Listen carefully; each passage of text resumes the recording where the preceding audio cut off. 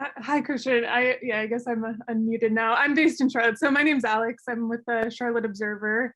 And yeah, looking forward to covering you guys in the first season in 22. So my question is kind of about just, this process for you. It seems like you were always trying to sort of get back to the US, but I know you signed, that 1-year extension overseas. So I'm curious how this deal with Charlotte came together, if it was, if you were looking at joining the team even in 21 and then the pandemic delayed those plans, and How do you know all that? How do you know all that? I'm inferring, I'm asking you about it. You're not asking, you're knowing. You're in the know, are you? No, well, that's I wanted to hear from you, kind of what the process was like to get over here. No problem. Yeah, it's correct. So I had my first meeting in March of 2019, just a week before the pandemic hit, to potentially join the 2021 expansion, which then obviously didn't happen. So I've been in touch with Soran and with Steve Walsh, who was working for Charlotte as a consultant for quite a long time already. Steve Walsh, I know from my past at Leicester, who scouted me for Leicester, and then obviously signed me with Nigel Pearson. And it doesn't take a lot to convince me when Steve Walsh is involved, because so far he has given me a lot of pleasure in my career. And when he's telling me, listen, this is something legit, this is something very good that's growing in Charlotte, that's going to enter the MLS, that's all he needs to tell me.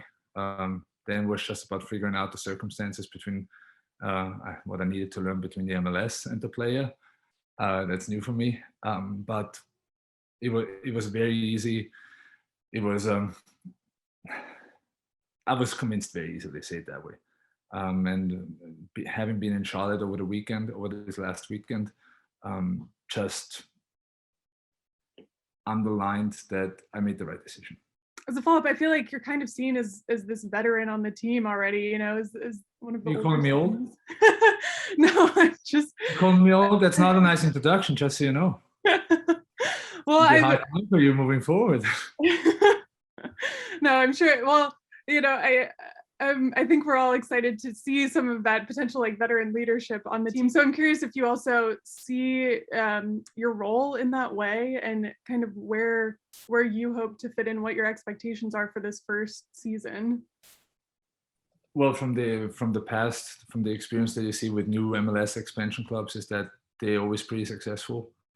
I think what new clubs have, what's their benefit is that they can learn from the mistakes of others. Charlotte has put together a very good team with people that have worked in international football. So should I say football or soccer? Both okay, no? In international football for quite a long time, having experience with top clubs in Europe, in the MLS. And that's convincing enough for me that they're very serious about what they want to achieve.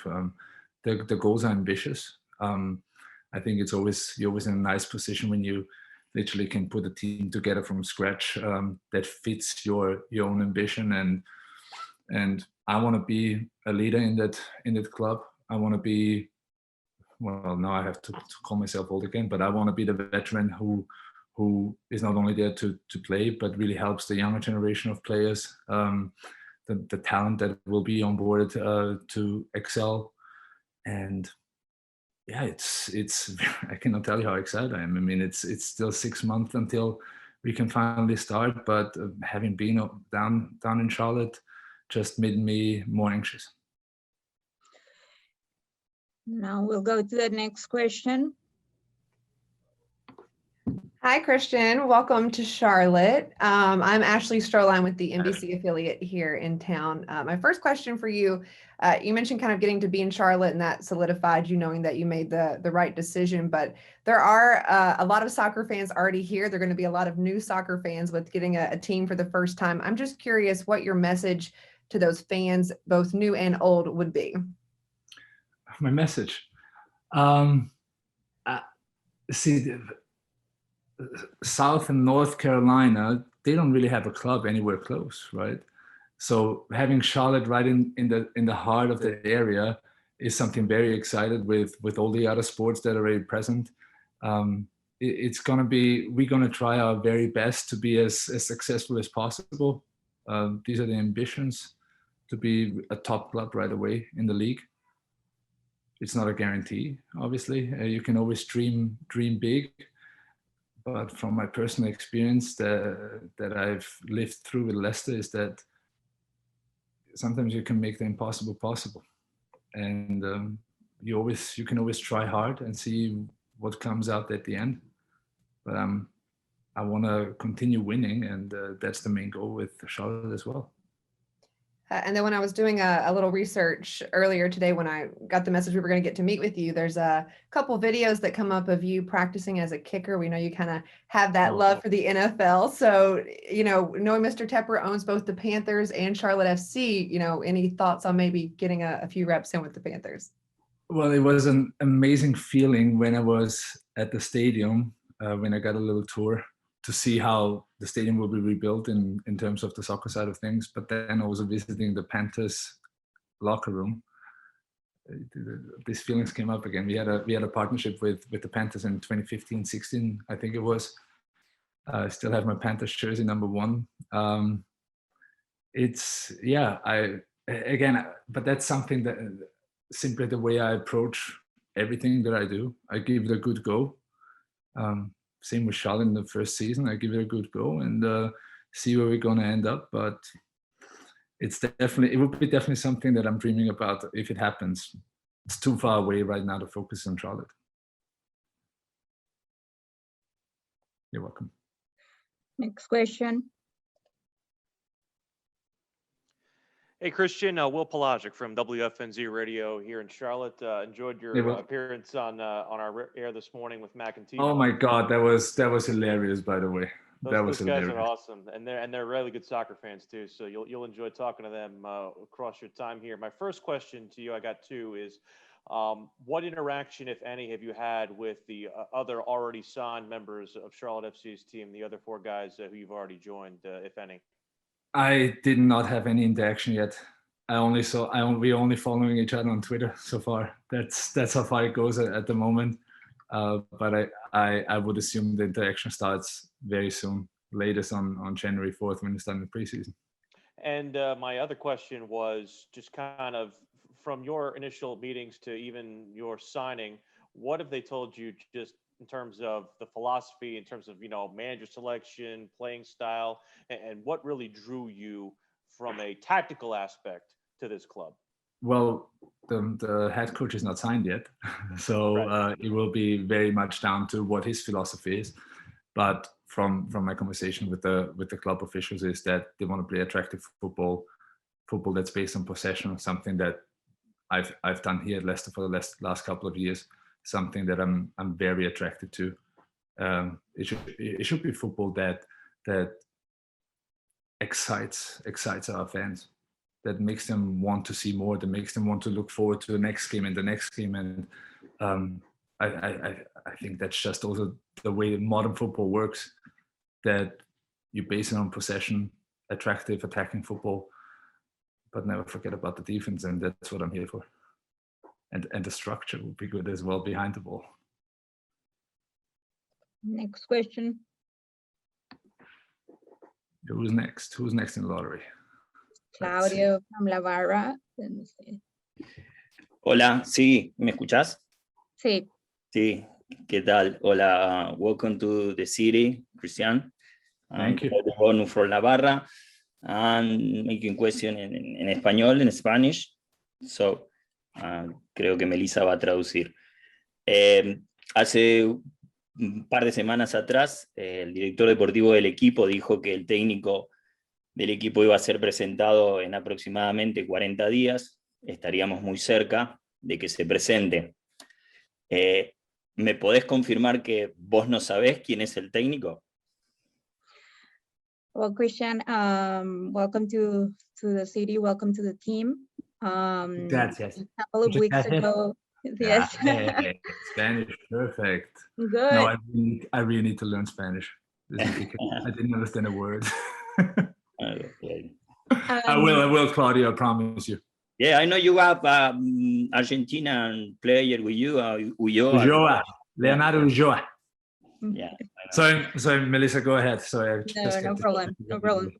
So a couple of weeks ago, your sporting director, Soran Nurtac, he said that we were about to hire a head coach.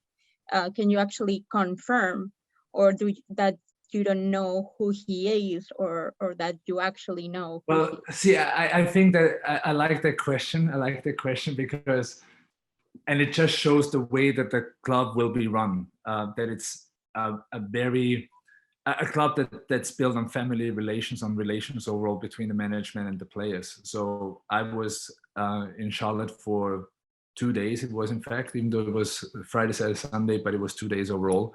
And I had a couple of conversations with Soran in regards to the football side of things, in regards to vision and everything. And I had my son with me as well. And eventually I asked him, who's going to be the head coach? And he would not say anything. He would give me some hints, which are great. They didn't really lead to anything, but my son was so curious, and he dropped so many names, and he wouldn't confirm, he wouldn't vouch to anything. So Soren is really, he kept it really quiet, he kept it really shut. I have no clue who it's going to be. I was as curious as you are, Claudio, as curious as everybody is. But I know that the playing style that we spoke before about Will is what will be the demands of the coach as well. That's what I can tell, or that's what I know. I have no clue about nationality, no clue about a name, but it's gonna be somebody that fits the vision of Charlotte FC. ¿Necesitas traducción de la respuesta? Sí, por favor, para el público, si no es muy larga. Claro. Bueno, lo que sí te puedo decir es que el tema del entrenador es un tema de cómo el equipo está engranado en una filosofía de familia. Es como si fuera una familia la manera como tratan las cosas. De hecho, ese fin de semana que tuve la oportunidad de estar en Charlotte, estuve con Soran y estaba con mi hijo, y mi hijo empezó a decirle una cantidad de nombres de entrenadores y nunca dijo ni un solo nombre, nunca se le salió ni un solo nombre. Entonces puedo decirte que no tengo ni la menor idea de quién puede ser. Lo que sí te puedo asegurar es que hablamos pues, de varios temas, incluyendo el lado futbolístico, y es alguien que va a cumplir con el estilo que está buscando el equipo y que está buscando el liderazgo. Confirmed. That's what Anyway, I know you know, Christian, who is the coach, pero forget it. ¿Otra pregunta? ¿Puedo hacer otra pregunta? Sí. Sí, ¿qué comparación ve él o qué diferencias ve con el fútbol, con la Liga de Inglaterra, con la Premier League y lo que es la MLS en la parte futbolística? What comparisons do you see between the Premier League and the MLS and the football side? On the football side of things. Yeah. Well, I think it's very hard to compare at this stage. I mean, the MLS is, from my research, is 26 years old, while the Premier League is about 100 or even more old. So I think the tendency of both leagues is to play attractive attacking football. I think that's the tendency with all clubs. Not knowing too many clubs in detail in the MLS at the moment, but I think that's just a tendency and an evolution of football at the moment, and that's what I'm looking forward to a lot. I have one friend who's playing for Red Bull at the moment who had a couple of conversations about MLS, and he just confirmed the same. So that's what I think is what you can compare at the moment. The good thing with the MLS is there's so much room for improvement at the moment, and you see every year or within a 5-year span how things evolve and how much better it gets with every season. And you know, that's a part of Charlotte, and where I see my part as well to make the MLS even better, and that's what I'm looking forward to. Bueno, en realidad estás hablando de dos ligas que en cuanto a antigüedad son muy diferentes. La Liga Premier lleva más de 100 años, mientras la Liga MLS pues, lleva un par de décadas. Entonces, hay una gran diferencia. Lo que sí te puedo decir que es una tendencia es que están buscando jugar de un estilo atractivo y competitivo, y es una tendencia pues a nivel mundial. Y bueno, es la evolución que le queremos dar también a la MLS, y es algo que estoy buscando hacer cuando llegue a Charlotte. You're right. I made a Google translation, live translation, and she answered correctly. Okay, thank you. It's right here. It's right here. Okay. Next question. Melissa, we're having a fun day, huh? Yes. A long day already. Hi, Christian. Ashley Mahoney with the Charlotte Post and QCFC Queen City Football Chronicle. So you have two Ashleys in the Queen City to get to know. And thank you again for your time today. And I was listening to an interview that you did in 2020 about signing with Leicester and saying to your wife that that would be your last contract. 2 extensions later, now you're playing for another club, albeit eliminating the ocean between you and your family. But what was the conversation like with your family of saying, hey, there's still some gas in the tank, there's a little bit more time left for me playing at this level? That was the easy conversation to have with. That was the easy conversation. Being in the US was the easy part. The hard part was that when I signed for Leicester in 2015, I signed for 3 years, and I said in 2018 I'm home. Well, it's 2021 now, so that was the hard convincing part. It was so easy. My wife was always very supportive.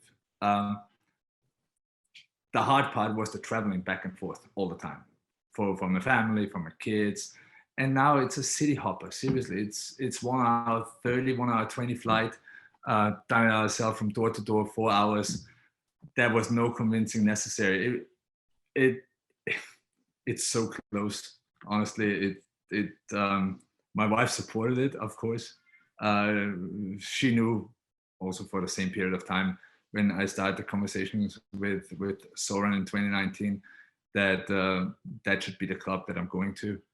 And with all the setup, with being a new expansion, with the people that are working for the club, with the vision. So that was I didn't need to do magic on that. It was very simple. She was the one said, you need to go there. So she had to convince me. A quick confirmation question for you. You mentioned that March 2019 was when the initial conversations began, but do you mean March 2020, or was it in fact 2019? The pandemic started in 2019, no? 2020. It feels like it started in 2019. No way. Yes. All right, sorry, rewind, 2020. Just Yes, to clarify that we don't want to have everyone going out there printing out, wait until December 2019. So no, it was March 2020. You're absolutely right. Sorry for that. You're absolutely right. Yeah, the time passes so quick. It was 2 seasons with Leicester in between, and that's the confusing part because it was in the middle of the. Yeah, you're right. 2020. Yeah. And you spotted it. Spot on. Appreciate the clarification from you, but you've not to delve too much to the off the pitch side of things, but in addition to everything that you accomplished with Leicester, you also have an entrepreneurial streak. You're very involved in esports. You have an academy, and there's of course this business side and life alongside football and life after football. What kind of advice do you have for younger players like Riley, like Sergio, or Brant? I mean, I know Brant's got the business acumen from his time in Chicago, but what advice do you have to these players of there needs to be more than strictly what you're accomplishing on the pitch, or how does that go in terms of your leadership side? Well, I can say that I feel lucky that I also have a wife that's very interested in business. So we're running all our business together. My advice to young players is enjoy your first years of your career. Honestly, enjoy what you have. But eventually, mid-20s, you should also think about, I know it sounds silly because I'm 35 and I'm still young as well, but a footballer's career is very short compared to any other regular job. So, enjoy the first couple of years, but be mindful that in 10 years time, 15 years time, it's done. So in my late 20s, this is when I really got stuck into business side of things. The beauty of the job is that it allows you, it gives you some free time. But then I personally, I'm not a couch potato. You will never see me hanging on the couch, sitting on the couch, being in front of TV, playing PlayStation too often. Only when my kids force me to. I need to keep myself busy, which then helps me again perform even better. So being mindful of that it's not going to last forever, but also don't be scared of it and enjoy it a couple of the first years, the first 5, 6, 7 years of your career, because you only have it one time. Additionally, if I may, you've spoken to that, yes, you are in fact 35. You're part of a select number of players. I mean, Ryan Giggs played until his 40s, Paul Maldini and so forth, but there are players who are able to prolong their careers. What have you adapted in terms of whether it's how you take care of your body, how you train and so forth, to be able to sustain such a high level of play for a number of years? Well, I think one deciding factor is not to be too prone to injuries, or not having too many major injuries. I was lucky. I had 2, but they were in my 20s. I was lucky enough to really train for the last 5, 6, 7 years very hard with the team, not having any injuries, knock on wood. And you know, it's also the feedback that I got from Brendan Rodgers over the last 2 years, that he always said, listen, you're strong, you're running strong. You can at least play 3, 4 more years. So I'm very confident. I'm taking care of my body, and like I said, then it's about the good nutrition, being professional, know when to work hard, but also know when to recover. I mean, I know my body. I know what it needs to extend, to prolong my career as long as I can. I mean, I love that sport, and I want to be involved as much as I can as a player, but I also want to be involved even later on. Next question. Hi, I'm Pardeep Khatri from MLSsoccer.com, and I just wanted to ask, since you've been in and out of the US for years because your family lives here, how much about MLS did you know before you were offered a chance to join Charlotte? Well, I have been in those 8 years, 9 years, I've been to several MLS games, not MLS teams, MLS games. And I even saw then how the game got better and better. I think it's some good football that's being played here. I think the young players that are breaking through the cracks, that are pushing into the national team and are now also playing internationally, just shows that there's really good talent in this country. It just needs the chance. So having this opportunity with the MLS being a step stool for bigger leagues at the moment is great. Meanwhile, I really believe that the MLS, and I don't want to put a number to that, but if the MLS progresses and evolves like it did every year now, that it will be one of the dominant leagues in the world. And just a quick follow-up on an answer you had earlier. Who's your friend at the Red Bulls that you were talking to? Daniel Roya. Okay, thanks. Austrian. Hard guess, right? Sure. Next question.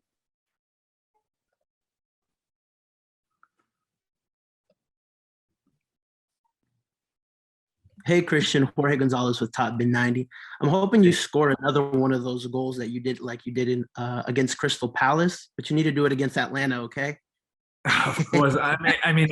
Of course, I was not expecting any other question from Top Bin 90 than this one. Absolutely. Yeah, I'll try. I'll try when I get in this position. Yeah.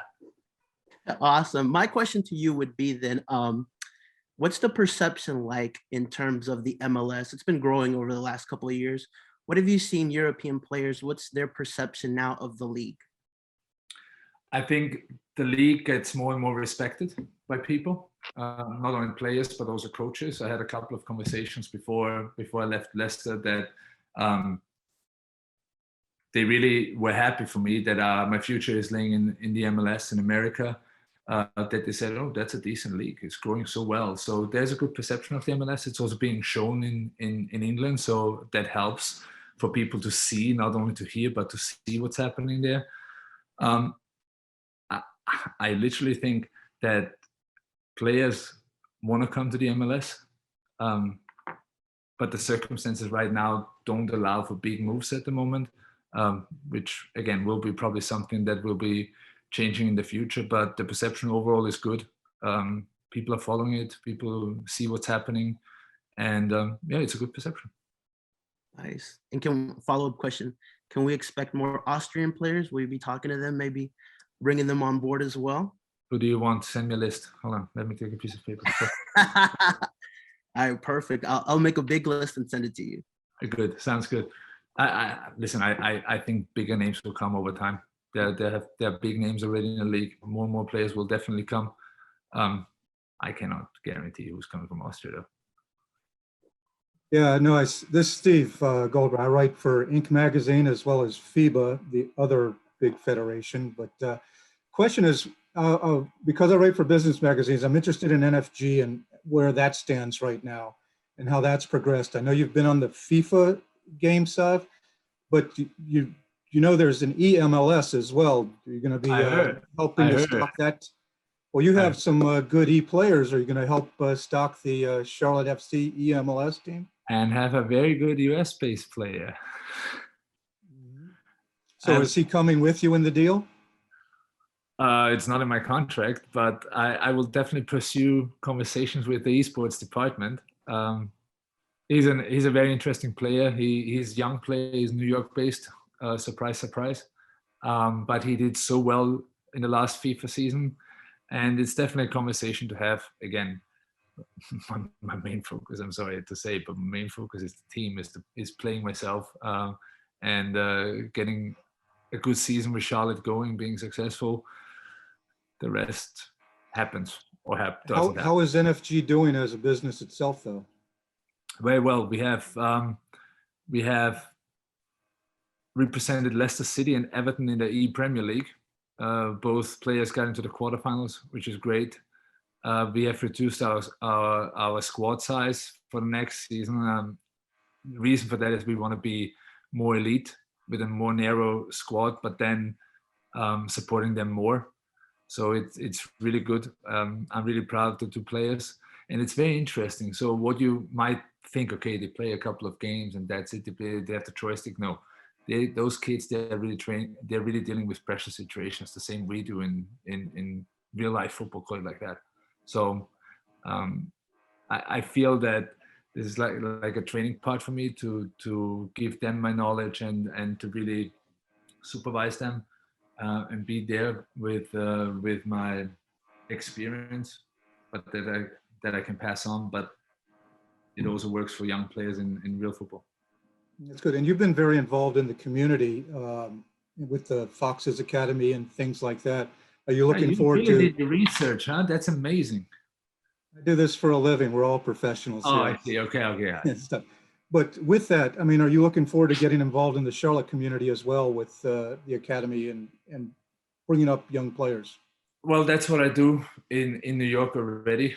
I will definitely be involved in the community. That's who I am. Again, I'm not one that goes to training, goes home, does nothing, goes to training, goes home. That's not me. I want to be out and about. I want to explore the community. I want to be in touch with people, get to know the people that are in Charlotte. Maybe I meet some of you as well. That would be great. But that's what I'm doing. And in terms of my academy, it's creating opportunities for young players. That's definitely what I want to do. Fuchs, how's it going, man? Very well. Thank you. So big Spurs fan here. 2016, you guys stole the league from us, right? You became third in a 2-horse race. I'm so sorry for you. Well, we let things go now. You're with Charlotte. So so you guys 5,001 to win that year, right? And so, yeah. You know, I'm sure there was a lot learned from the locker room, on the pitch, and off the pitch. What kind of experiences can you share with the MLS? I mean, with the Charlotte FC players, and starting out brand new in the inaugural season, that sort of thing. See, the basis for our success back then was the great camaraderie that we had in the changing room. Right. We didn't put any pressure on ourselves, even when we were I think it was 5 points ahead or 7 points ahead, and then there was this game Chelsea against Tottenham, and it was down to Tottenham dropping points. Even by then, we always said, listen, they are the favorites. They are our favorites. I mean, you can never be a favorite when you start with 5,000 to 1 odds, right? Right. But it was this again. It was the camaraderie, the honesty, the respect, not being jealous about anybody, about any personal success that anybody has in this season. I mean, they were always outstanding players, but everybody was thriving for the same goal, was trying to create history for Leicester, whatever that was. Was it not getting relegated? That was important. Right. That was Yeah, the that's first. huge. Yeah, it is in the Premier League. It's huge. Then it was, okay, we have achieved the 40 points. Then it was now getting to 70 points. Whoa, suddenly we're qualified for Europe. That was amazing. Then it was 80 points or something, qualified for Champions League, and then eventually we made it. And honestly, purely hands down, only when the final whistle blew at the Chelsea game, that's when everybody said, okay, now we're Premier League champion, now we believe it. But having this camaraderie, that was the basis for everything, and having the same goal that you're working towards. Yeah, with that follow up, with the Leicester ties with Charlotte, with Steve Walsh, and yourself, and that sort of thing. There's a player named Jamie Vardy, right? That's kind of getting up there in age too. Is there a chance that you could reach out to him and have him come over and play for us for a season or two? I think he's still on a contract for 3 more years. That would Is he 3 more years? Would be expensive, 2 or 3 more years. That would be expensive buyout for Charlotte. Now, I'm not sure if that's in an MLS budget yet. But like I said before, players recognize the league. They're eager to come out. Definitely, it's again just a matter of time. And listen. Why are we focusing on players that we know we might not get? Let's see what we get. Let's see which great players Charlotte is putting together to have a good season. I mean, the overall goal is to play successful and be competitive. And whatever name will come in, I'm pretty sure, and I will also play my part in that to get them focused on and be competitive and play their hearts out for Charlotte. That's all they need to do. I have one more question I want to ask, if that's okay. Yeah. You mentioned the ambitious goals of Zoran and Nick Kelly and the brass here in Charlotte. Number one, how attractive are those ambitious goals to you? And do you feel like those are attainable in the time period that they at least have set out to put them in? Well, I came here to win. So, I mean, there was one good thing that a very wise manager told me once, not too long ago, is players are not getting paid to play, players are getting paid to win. And that's the mentality that I'm coming here with. So we are talking right now about goals for the next season where we don't even know yet who's going to be our right back, who's going to be our striker. But I'm pretty sure with the people in place right now, the management, what their goals are to be competitive, to be on top, to be a top club in the MLS, that they will also recruit in that manner. So the ambition is to be a top club. Putting the team together is a privilege that you only have once when you start a club, but now it's about putting the right puzzle pieces together, and I know they will. But you can have the best team, honestly, you can have the best names. If they don't function together, you have nothing. So it's all about what I said before, the camaraderie, creating a great environment. And the way I experienced the environment now in those days where I was down was very similar to Leicester, which was creating a family around the club rather than, okay, next. We're not numbers. We are people with needs, and that's how you want to be treated. And then you're willing to give back more. To that, what will training look like for you over the course of the next several months as you prepare for kickoff in 22? That's a good question. So what I expressed to Soren is that I definitely will be there fit. We are literally on the phone every day to figure out the best schedule for me. Worst case scenario, what I've put in place already, because I'm aware that it's 6 months until the start of the preseason. if I don't have a club where I can play and get my match time and trainings, especially to keep myself fit, I've already prepared that I can go back to England, go back to Leicester and train with them. But again, right now it's June 8th. So my plan is to rest. It has been a very long 1.5 seasons with Leicester. So my body needs some rest time now until the end of June at least. And then I really don't know where I stand right now with everything. A lot of conversations going on, but I'm eager to explore them, and I'll see what happens. It's not clear at the moment.